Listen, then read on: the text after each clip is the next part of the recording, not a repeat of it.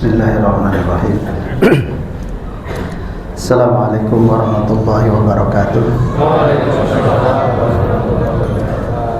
Alhamdulillah, wassalatu wassalamu ala rasulillah wa ala alihi wa ashabihi wa mawala wa la hawla wa la quwata illa billahi, amma ba'd. Hadirin kaum muslimin jamaah salat isya dan salat tarawih insyaallah yang semoga senantiasa dirahmati Allah Azza wa Jalla. Alhamdulillah, dengan izin Allah kita masih diberikan beragam nikmat dan karunia olehnya, sehingga kita sudah memasuki sekarang hari yang keberapa? Malam keberapa? 18 ya, tanpa terasa ya, atau terasa. Orang-orang yang sudah mati rasa yang mengatakan tanpa terasa sudah hari ke-17 misalnya.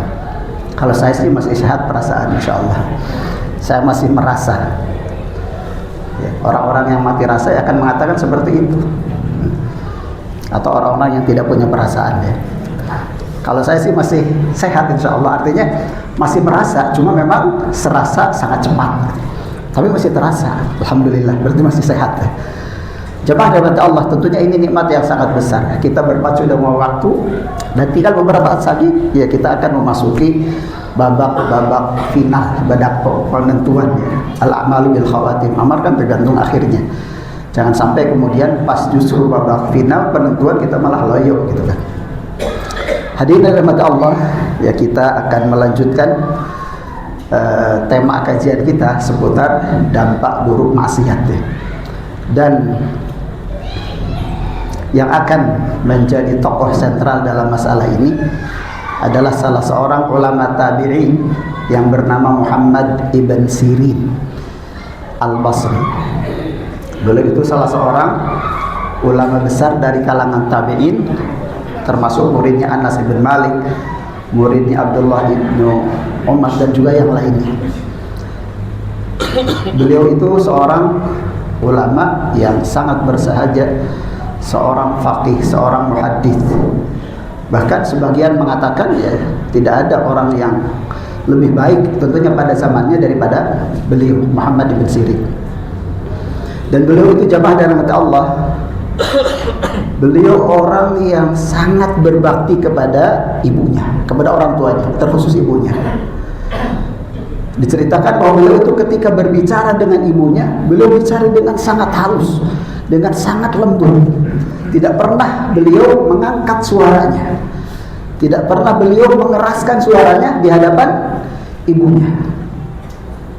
Coba siapa yang pernah bentak-bentak ibunya nih, harus segera bertobat dan minta maaf. Kemudian juga ketika tiba ya Lebaran, artinya menjelang Lebaran, beliau selalu membelikan baju terbaik bagi ibunya. Jadi baju terindah yang beliau dapatkan untuk dipersembahkan kepada ibunya. Masya Allah ya. Nah, tentunya ya kita juga ya, pada punya anak kecil kan, biasa kalau Lebaran membelikan baju dan memakaikan baju kepada mereka. Ingat ya, di saat kita kecil, siapa yang membelikan baju untuk kita? Orang tua kita. Siapa yang memakaikannya? Ibu kita. Maka ketika misalnya kita membelikan baju untuk anak-anak kita, ingat kita dulu dibelikan oleh orang tua kita, terkhusus ibu kita.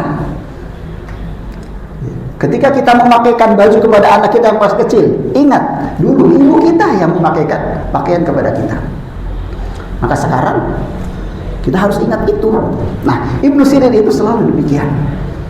Beliau memilihkan baju terbaik, baju terlembut yang dia dapatkan untuk ibunya.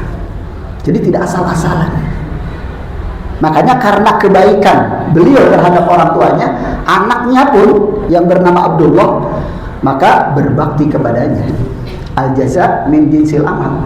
Ya balasan itu tergantung amal perbuatan. Karena beliau berbakti kepada orang tuanya, maka anaknya pun berbakti kepadanya. Makanya jangan pelit untuk orang tua ya. Jangan kikir untuk orang tua. Ini bapak-bapak misalnya, jangan karena terpengaruh oleh istri gitu kan, kemudian tidak jadi mau berbakti kepada orang tua.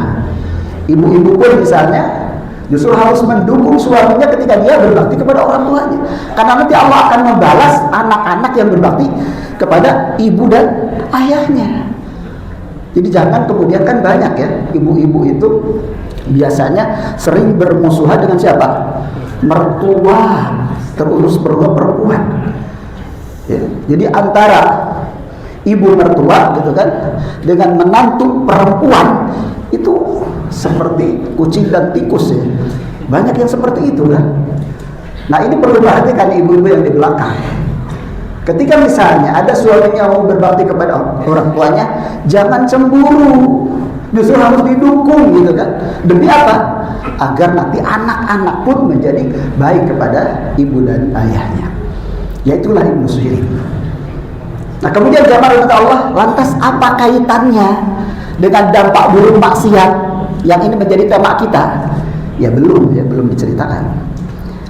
Disebutkan bahwa beliau itu kan seorang pedagang.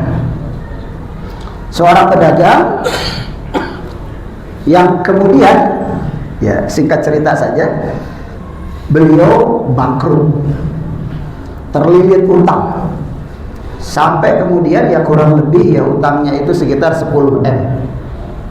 Ya zaman dulu ya.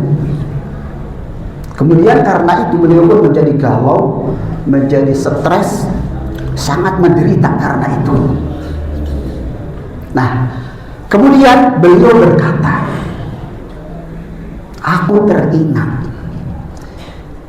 kegalauan, kebingungan, kesedihan yang menimpa aku ini adalah karena dosaku yang pernah aku lakukan 40 tahun yang lampau.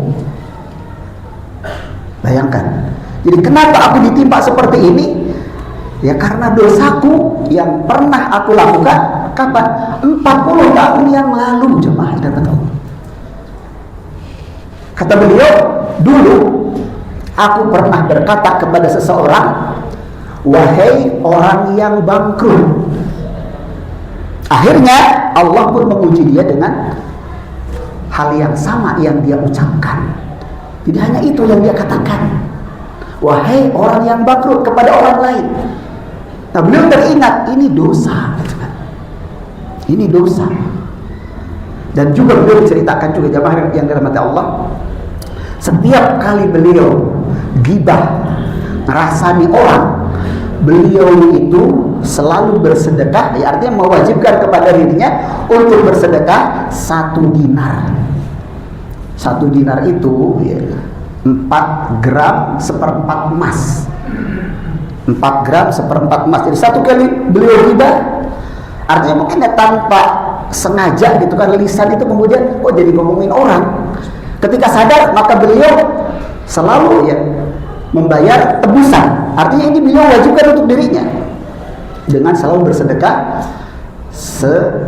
dinar, 1 dinar, 4 gram seperempat. Sekarang emas berapa? Kalau emas yang murni 24 karat ya katanya sih 1,7 atau 1,6. Berarti 6-7 jutaan ya. Itu yang 24 karat. Kalau yang sekarat nggak tahu. Artinya setiap kali beribadah selalu berinfak, selalu bersedekah. Jadi artinya beliau sangat berhati-hati dalam masalah dosa, tidak bermudah-mudahan. Sehingga ketika misalnya terjatuh kepada dosa, namanya juga manusia, beliau lantas ingin menghapusnya, selalu menghapusnya, termasuk dengan bersedekah itu tadi. Nah, jamaah yang minta Allah, ketika beliau bangkrut kemudian tersadar bahwa itu dosa yang pernah aku lakukan 40 tahun yang lalu, bayangkan. Makanya ini para pelaku dosa, ketika misalnya Allah tidak menguji apapun, Allah tidak memberikan hubungan apapun, misalnya bisnisnya lancar-lancar saja, urusannya mudah saja, padahal dia pelaku dosa, jangan merasa tenang gitu kan, jangan merasa anteng. Bisa jadi balasannya ya nanti gitu kan, bisa jadi balasannya bahkan kepada anak keturunan kita seperti pernah kita sampaikan. Nah, lebih parah lagi kalau kemudian nanti balasannya di akhirat. Jadi jangan merasa, oh ternyata saya melakukan ini kok nggak apa-apa, baik-baik saja. Jangan, karena itu bisa jadi juga istidraj. Jadi Allah sekaliguskan siksanya. Na'udzubillah min dzalik.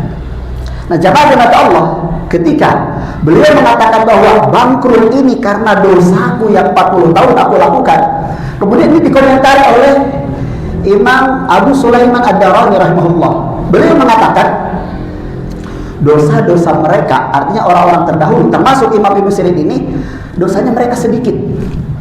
Makanya mereka tahu kenapa ditimpa seperti ini, langsung saja ini karena dosa. Bayangkan sudah 40 tahun. Kemudian kata beliau, sedangkan kita dosanya itu banyak, maka ketika dihukum oleh Allah tidak tahu ini karena dosa yang mana. Makanya kan sering kita mengatakan, ya Allah, kok hamba ini diberi ujian seperti ini, dosa apa yang pernah dilakukan? Seakan-akan tidak punya dosa gitu kan. Saking apa? Saking banyaknya dosa, sehingga tidak merasa gitu kan. Nah karena itu jamaah mata Allah, jadi di antara dampak buruk maksiat itu ya seperti itu, kesulitan hidup gitu kan. Makanya misalnya ketika kita punya utang gak lunas-lunas, kemudian usaha bangkrut gitu kan, daripada maju malah gulung tikar, kerjaan malah di PHK, nyari kerjaan nggak ada yang nerima misalnya, nggak ada yang menerima. Kemudian juga ya, penyedia jasa misalnya sepi job, sepi orderan dan seterusnya. Nah ini tentunya ya alangkah baiknya kita introspeksi, karena bisa jadi itu karena dosa-dosa yang kita lakukan. Aku qouli hadza wa astaghfirullahal azim li wa lakum wa astaghfiru innahu huwal ghafurur rahim. Wa sallallahu ala nabiyyina Muhammad wa ala alihi wa sahbihi wa sallama tasliman katsira. Subhanakallahumma wa bihamdik asyhadu an la ilaha illa anta astaghfiruka wa atubu ilaik. Wassalamualaikum warahmatullahi wabarakatuh.